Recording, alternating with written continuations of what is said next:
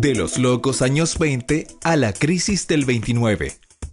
La ciudad de Nueva York había crecido hasta convertirse en la mayor metrópolis y su distrito de Wall Street era uno de los centros financieros líderes del mundo.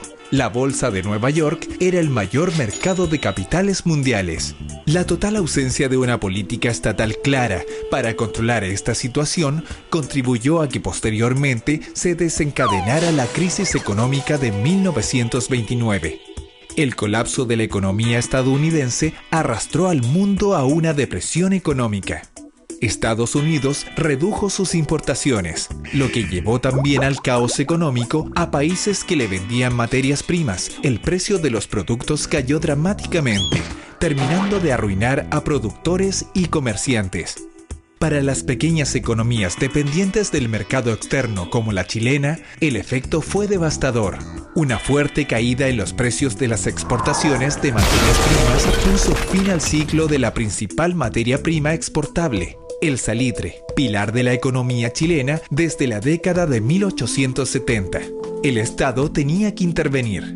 Se implementó un paquete de medidas económicas recomendadas por el economista inglés John Maynard Keynes, más conocidas como keynesianismo. Franklin Delano Roosevelt, presidente de Estados Unidos, emprendió la recuperación económica aplicando el plan denominado New Deal. La recuperación de la inflación y de los capitales es muy lenta y no se revierte la tendencia hasta 1933, aunque los efectos de la crisis llegarán hasta 1939. El mundo se encontró entonces a las puertas de un nuevo conflicto planetario, ahora marcado fuertemente por la lucha ideológica, la Segunda Guerra Mundial.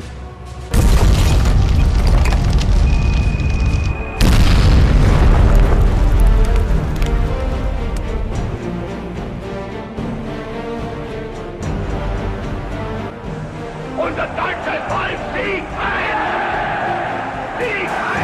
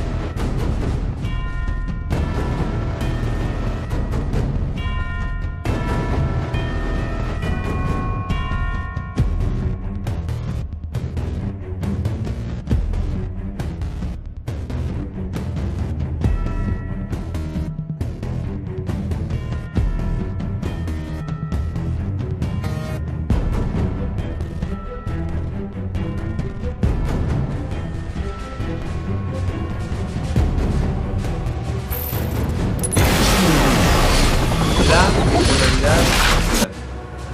Como su nombre lo indica, bipolaridad es la presencia de dos polos totalmente diferentes de poder antagónico que se establecieron en el mundo después de la Segunda Guerra Mundial, y esos dos polos son el capitalismo y el socialismo. Capitalismo, el de la economía de mercado libre, con gobiernos de corte democrático y un amplio esquema de libertades para el habitante, encabezado por nuestros vecinos Estados Unidos. Socialismo, el de economía planificada y controlada por el Estado, con fuertes limitaciones en las libertades del hombre, liderado por la URSS. La Segunda Guerra Mundial unió varias naciones, las mismas que enfrentaron a la potencia alemana, como Estados Unidos, Francia, Gran Bretaña y, por supuesto, la Unión Soviética. Estos tres primeros ya mencionados se caracterizaban por tener gobiernos de corte democrático, mientras que la Unión Soviética estaba en manos de una dictadura socialista. Por ende, esta unión no iba a durar para siempre, y tarde o temprano se tendría que presentar una ruptura entre estos países. Poco antes de finalizar la Segunda Guerra Mundial, los países más poderosos liderados por Estados Unidos e Inglaterra se reunieron en territorio norteamericano para definir el nuevo orden económico mundial de la posguerra. En esa reunión se crearon dos instituciones, el Banco Mundial y el Fondo Monetario Internacional, cuyos objetivos eran la prosperidad económica del mundo, el aumento de la producción y la generación de empleo. 50 años más tarde, la mayoría de los países latinoamericanos que aplicaron las políticas del FMI atraviesan intensas crisis económicas y sociales y deben soportar la injerencia del organismo internacional que los presiona para que paguen sus deudas. ¿Por qué las naciones de América Latina tan ricas en recursos han llegado a esta situación? ¿Acaso solo han sido víctimas de administradores corruptos y gobiernos ineficientes? ¿O existe un plan diseñado desde los centros financieros de poder para someter a todo un continente, utilizando al Fondo Monetario Internacional como la herramienta ideal para llevar a cabo este objetivo?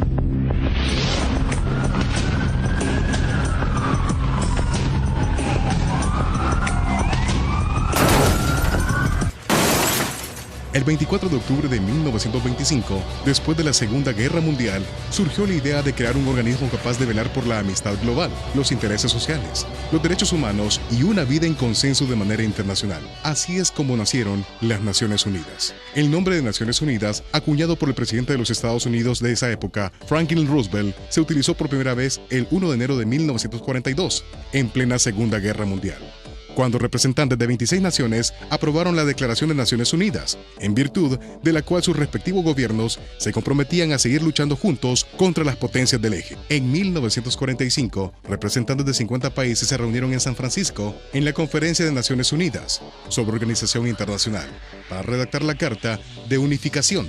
Sin embargo, los delegados deliberaron sobre la base de las propuestas preparadas por los representantes de China, la Unión Soviética, el Reino Unido y los Estados Unidos, entre agosto y octubre de 1944. Finalmente, las Naciones Unidas empezaron a existir oficialmente el 24 de octubre de 1945, después de que la carta fuera ratificada por China, Francia y la mayoría de los demás signatarios.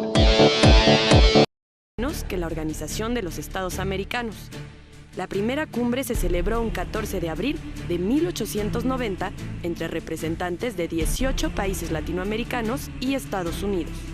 En este encuentro, se acordó crear una red de cooperación a partir de la creación de un sistema de arbitraje con el fin de resolver conflictos y fomentar las iniciativas en 1948, cuando se suscribió en Bogotá, Colombia, la Carta Fundacional de la Organización de los Estados Americanos. Hoy en día, 35 países de América y el Caribe se reúnen en este foro gubernamental, político y jurídico que es considerado como uno de los de mayor importancia en el hemisferio americano. La Organización del Tratado del Atlántico Norte es un organismo político-militar de defensa y seguridad colectiva con 28 países miembros de Europa y Norteamérica. Surgió en 1949 en Washington para contrarrestar la amenaza soviética y afianzar el principio de solidaridad mutua entre sus miembros. Con los años, a los 12 países fundadores se sumaron otros. Su última ampliación fue en 2009. Con sede en Bruselas, su cuartel general se encuentra en Mons, sur de Bélgica. De él dependen 9 comandos, de Holanda a Turquía pasando por Estados Unidos. Actualmente, casi 20.000 hombres participan en misiones de la OTAN y realizan operaciones terrestres, aéreas y navales que están desplegadas en Afganistán, Kosovo, el Mediterráneo y a lo largo del Cuerno de África. La OTAN ejecuta, entre otras, misiones de vigilancia y refuerzo del sistema de defensa aéreo de Turquía. Columna vertebral de la organización, el artículo 5 del Tratado de la OTAN estipula que todo ataque contra uno de sus miembros se considera un ataque contra todos ellos. Este artículo fue invocado por primera vez en 2001 tras los atentados del 11 de septiembre en Estados Unidos.